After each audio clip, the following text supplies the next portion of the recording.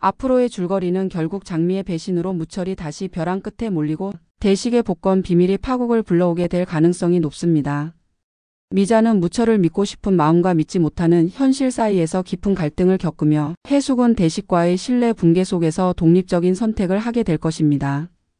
이렇게 전개될 수밖에 없는 이유는 장미는 무철에게 접근하며 감정적 거리감을 줄였고 무철은 장미의 배경을 탐색하는 모습을 보여왔습니다. 대식은 복권 당첨 사실을 숨기기 위해 금고를 설치하고 해숙에게 비밀번호조차 알려주지 않는 등 이미 신뢰가 무너진 상태입니다.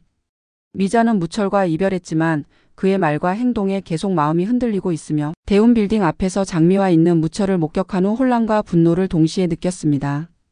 이 복합적인 감정과 사건들이 맞물려 각 인물의 선택은 피할 수 없는 갈등과 진실의 폭로로 이어질 수밖에 없습니다. 구독과 좋아요는 사랑입니다. 미자는 말없이 마주 앉은 무철의 얼굴을 바라보며 온갖 생각에 잠겼습니다.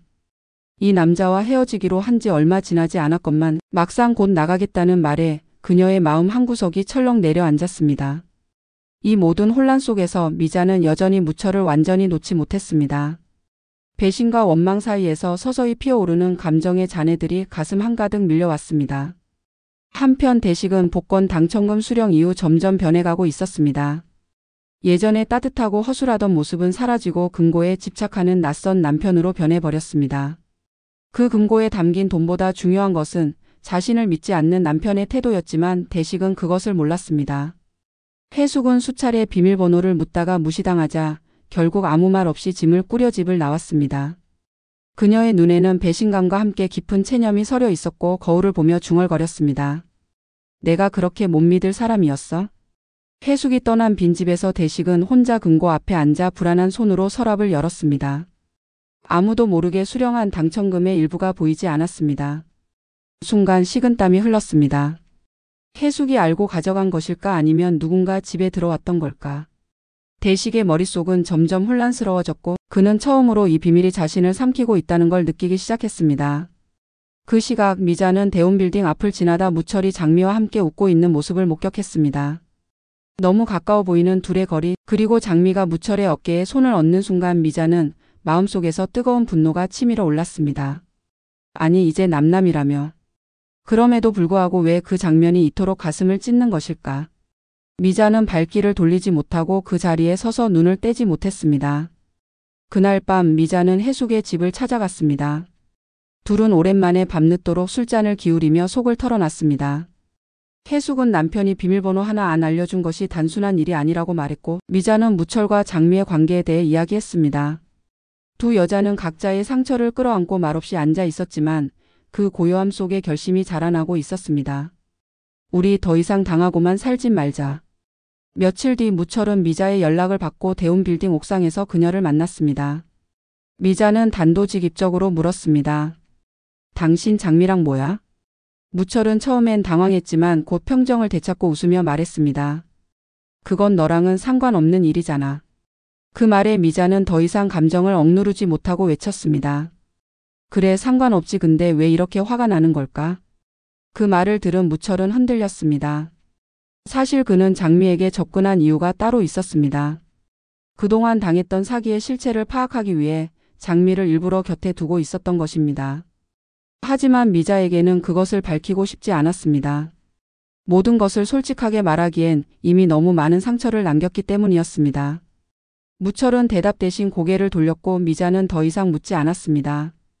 한편 규태는 아들 민용의 수술 날짜가 임박하자 초조함에 휩싸였습니다. 병원비 마련을 위해 다시 무철을 찾았지만 예전과 달리 무철은 빌려주겠다며 수표 한 장을 내밀었습니다. 규태는 손을 뻗다 말고 물었습니다. 그냥 주는 건가 아니면 조건이 있는 건가? 무철은 잠시 뜸을 들이다 말했습니다. 조건? 그냥 다시 친구로 돌아오자는 거야. 그거면 되지 않아? 규태는 수표를 들고도 한참 동안 그 자리에 서 있었습니다. 다시 친구가 된다는 말이 왜 이토록 허전하게 들릴까? 아니 친구라는 말이 진심으로 들리지 않는 이유는 무엇일까? 무철의 표정에서 진심을 찾으려 했지만 그 얼굴엔 너무 많은 감정이 얽혀 있었습니다. 대식은 해숙이 떠난 빈집에서 점점 불안에 잠식돼 갔습니다. 금고에 꽂힌 메모지 한 장 믿음은 말로 하는 게 아니야. 그 메모를 본 순간 대식은 손에 쥔 복권 용지를 내려놓고 눈을 질끈 감았습니다. 모든 것이 손에 들어왔지만 정작 가장 중요한 것을 잃은 건 아닐까 하는 생각이 들었습니다. 그 시각 장미는 혼자 무철의 사무실에 앉아 있었습니다. 책상 서랍에서 서류 하나를 꺼내며 중얼거렸습니다.